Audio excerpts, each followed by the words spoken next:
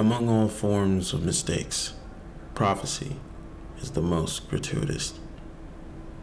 Prophecy, or prophetic dreams, are as fickle as they are impossible to accurately interpret. It is a common trope in stories. A character has a vision of a great calamity, and then he or she takes action to prevent it, though it's through their action that their future comes to bear.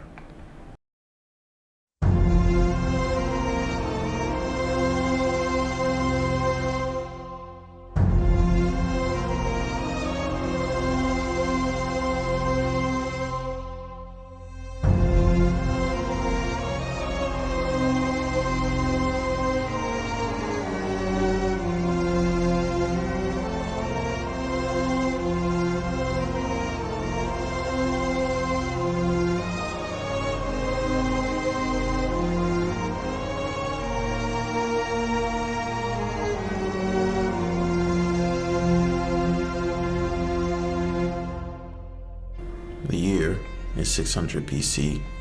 Cambyses I, king of Ashan, continues his rulership over the Ashan kingdom under the control of the Median Empire. Its king Astyages maintains control as Media's ruler. The king would be given a prophetic dream, one of which would set the king down the path of his own ruin. The hour of twilight came over the great city. King Astyages was walking, more so shuffling his way from the great hall to his bedchambers. The moonlight folded away from the king as his candle guided him to his destination. Even in moonlight, the vibrant colors and artistry was hard to miss, though the king seemed to make the attempt, as his focus was to reach his bed to get some much-needed rest.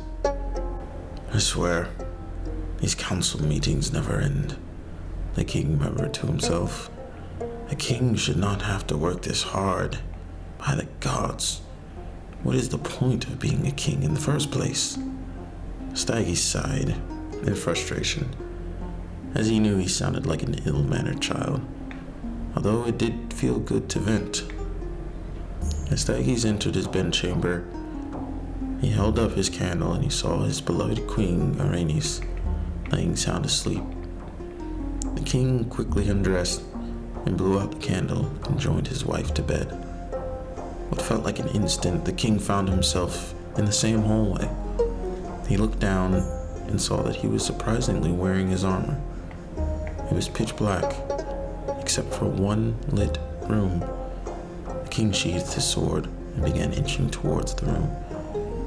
As he got closer, the cries of a woman could be heard, although this was no ordinary scream. The king recognized the voice. "Mandane!" the king yelled. "Daughter!" He yelled again, but the only reply was the continued scream of his daughter.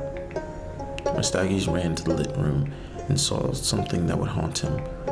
His daughter, in labor, with pain, sweat, and tears streaking down her face. He looked around and saw nothing but her. And then an illumination came from her womb as her daughter lay in agony. And in an instant, water shot out from the womb and began to fill the room and flood it. Astyages attempted to break free of his invisible force, but it was no use. He could not move. The water then carried the king into the air, and as he flew higher and higher, he could see the city built by his forefathers flooded. As he continued to ascend, he could see his entire empire, and the water flooded that too. And beyond his empire, the water continued to rapidly expand. Then the water stopped, and the king fell, and in that instant, Astyages jumped up from his bed in a cold sweat, with his queen coming to console the king, who had clearly had a nightmare. The king's magi took this nightmare as a vision, that the child of his daughter would dethrone him and destroy Medea. Heeding the words of the Magi, Astyages declined all marriage proposals from his daughter. Those proposals, of course, coming from powerful and influential Medians. He chose, instead, to wed his daughter to a Persian, a well-established Persian, who had wealth, but nothing that could rival him. He chose Cambyses. All seemed well within the kingdom as Mandane's belly began to grow with child. However, the peace would soon turn to ash, and Astyages' kingdom would be engulfed in the chaotic flames of war. The king's ruination would begin with another dream. Astyages saw in his dream a great vine that grew from his daughter's womb and overshadowed his empire and other kingdoms within Asia. Astyages, once again in fear of losing his crown, called on his daughter to come to visit him. He then called the most loyal general, Hipparchus. Herodotus, with his histories, provides a dramatized account of the conversation between king and general. Hipparchus, I beseech thee, neglect not the business with which I am about to charge you. Neither betray thou the interest of thy lord for others, lest thou bring destruction on thine own head at some future time. Take the child born of Mandane, my daughter, carry him with thee to thy home and slay him there, and then bury him as you will. O king, replied the other, never in time past did Hipparchus disoblige thee in anything, and be sure that through all future time he will be careful in nothing to offend. If therefore it be thy will that this thing be done, it is for me to serve thee with all diligence. There, on his arrival, he found his wife, to whom he told what Astyages had said. What then? She said. Is it not within thine heart to do? Not as Astyages requires, he answers. No, he may be madder and more frantic still than he is now, but I will not be the man to work his will or lend a helping hand to such a murder as this. Many things forbid my slaying him. In the first place, the boy is my own kith and kin. And next, Astyages is old and has no son. If then, when he dies, the crown should go to his daughter, that daughter whose child he now wishes me to slay by my hand. What remains for me but danger of the fullest kind? For my own safety, indeed, the child must die, but someone belonging to Astyages must take his life, not I or mine. Hipparchus, unable to fulfill his king's order to kill the newborn Cyrus, sought out the help on what to do. A herdsman, overhearing the plight of Hipparchus, offered up his son who had recently died to present to the king as his dead grandson Cyrus. Hipparchus took the chance and presented the lifeless body of the herder's son to the king, who believed the ruse. Cyrus was raised by the herder and his wife as their son for the next 10 years. The ruse, however, would not last, as during a game with local boys, Cyrus, who demanded to be king of their imagined kingdom, had one of the boys whipped. Yet the boy was, however, no normal child. He was the son of a lord.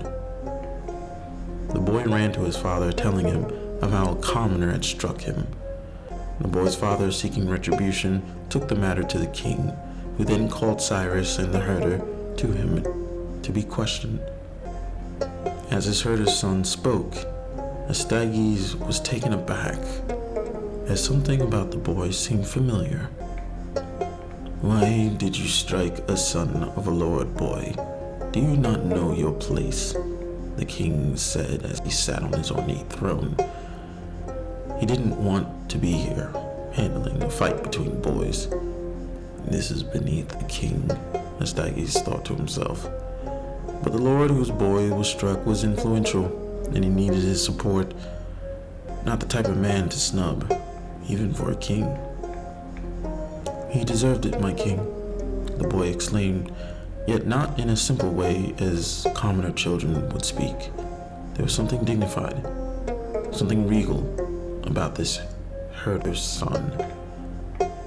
I was chosen as their king by the boys in the town because I was the best. Even he chose me. The herder's son pointed to the lord's son, who upon this gesture became flustered. So, why did you hit your subject? The king asked amusingly, though he felt a familiarity with the boy before him. There was a nobility about him that made him both intriguing and, for some reason, uncomfortable. All the others obeyed my every word except him. He refused me, and so, as was my right, I punished my subject as any king would. The lord and his son were almost red with anger, and were it not for the presence of the king, the lord most assuredly would have struck the herder's son for such insolence. If I am to suffer for this, then I am here to submit to your judgment, lord, and accept my punishment, the boy stated with the attitude and grace of a prince. Astyages' eyes widened as he stared into its herder's boy. A silence fell in the throne room for a time until the king ordered the lord and his son to leave immediately. Seeing that his king was serious, the lord left with his son. The king then ordered for the herdsman to be taken. Astyages threatened to torture the herdsman if he did not tell him the truth about where this boy had come from. Faced with the rack, or the truth, the herdsman revealed the deception of his loyal general and the true identity of this boy. That he is Cyrus, son of Cambyses and the king's daughter Mandane. Astyages was speechless and bereft with anger. He called for his most trusted general to come before him. Herodotus provides us with the following dramatized account. By what death was it, Harpagus, that thou slewest the child of my daughter whom I gave into thy hands? Harpagus, seeing the cowherd in the room, did not betake himself to lies, lest he should be proved false, but replied as such: Sire, when thou gavest the child into my hands, I instantly considered with myself how I can contrive to execute your wish, and yet, while guiltless of any unfaithfulness towards you, avoid imbruing my hands in blood with which was in truth thy daughter's and thy own. And this was how I contrived it.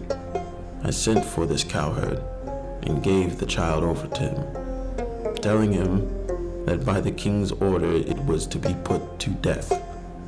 And in this I told no lie, for thou hast commanded. Moreover, when I gave him the child, I enjoined him to lay somewhere within the wilds of the mountains, and to stay near and watch it till it was dead. And I threatened him with all manner of punishment if he failed. Afterwards, when he had done according to all that I commanded him, and the child had died, I sent some of the most trustworthy of my eunuchs, who viewed the body for me, and then I had the child buried. This, sire, is the simple truth, and is the death by which the child died. So the boy is alive, and it is best as it is, for the child's fate was a great sorrow to me, and the reproaches of my daughter went to my heart. Truly fortune has played us a good turn in this. Go home then, and send thy son to be with the new commoner, and tonight as I mean to sacrifice thank offerings for the child's safety to the gods to whom such honor is due. I look to have you as a guest at this banquet." Harpagus left, believing that all was well, and that he would even be rewarded at this banquet. The king, however, had other plans. Styges ordered for the son Harpagus to be killed, chopped into pieces, boiled, and served at a feast for his most loyal general. Herodotus provides us with the following account. When Harpagus seemed to have eaten his fill, Styges called out to him to know he had enjoyed the repast. On his reply, that he had enjoyed it excessively, they, whose business it was, brought him to the basket, in which were the hands and feet and head of his son, and bade him open it, and take out what he pleased. Harpagus accordingly uncovered the basket, and saw within the remains of his son. The sight, however, did not scare him or rob him of his self-possession. Being asked by Styges if he knew the beast in which flesh that he had been eating, he answered that he knew very well, and that whatever the king did was agreeable. After this reply, he took with him such morsels of the flesh as were uneaten, and went home intending, as I conceive, to collect the remains and bury them. Such was the mode in which Styges punished Harpagus. Afterwards, proceeding to consider what he should do with Cyrus, his grandchild, he sent for the Magi, who formally interpreted his dream in the way which alarmed him so much, and asked them how they had expanded it. They answered, without varying form, what they had said before, that the boy would be king if he grew up, and if he does not die too soon, he could replace you. Then King Styges addressed them thus: "The boy has escaped and lives. He has been brought up in the country, and the lads in the village where he lives have made him king. All that kings commonly do he has done. He has had his guards, his bookkeepers, his messengers, and all the other usual officers. Tell me then, to what think you does all this tend?" The Magi answered, "If the boy survives, he has ruled as a king without any craft or contrivance. In this case, we bid thee cheer up, and feel no more alarm on his account. He will not reign a second time, for we have found even oracles sometimes fulfilled in an unimportant way, and dreams still often have wondrously mean accomplishments. It is what I myself most inclined to think. It is what I myself most inclined to think," Styges rejoined. "The boy having been already king, the dream is out, and I have nothing more to fear from him. Nevertheless, take good heed and counsel me the best you can for the safety of my house and for your own interests." "Truly," the Magi said in reply, "it is very much concerns our interests that thy kingdom be firmly established. For if it went to this boy, it would pass to foreign hands, since he is Persian, and then we Medes should lose our freedom and be quite despised by the Persians as being foreigners. But so long as thou, our fellow countrymen, art on the throne, all manner of honors are ours, and we are even not without some share of the government. Much reason, therefore, have we to forecast well for thee and thy sovereignty. If then we saw any cause for present fear, be sure we would not keep it back from thee. But truly, we are persuaded that the dream has had its accomplishment in this harmless way, and so our own fears being at rest, we recommend thee to banish thy. As for the boy, Our advance is that thou send him away to Persia, to his father and mother. Cyrus would spend the rest of his childhood in Persia. As he grew into manhood, he would become popular among the Persians. After the death of Cambyses, Cyrus then assumed his father's throne. However, his grandfather had not ignored his grandson's rise, fearing that the prophecy would come through fruition after all. Astyages then soon raised an army and marched on the Persians to dethrone his grandson. And in the end, he would send Harpagus to be the general of his army and lead the Medians to war.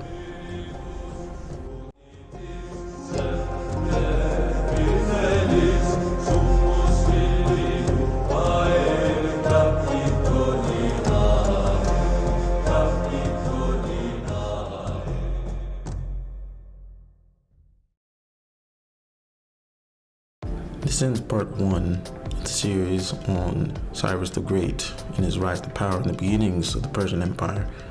So stick around for part 2 that will be coming soon. So if you liked what you heard, please like, comment, and subscribe and support the channel. And as always, thank you for watching.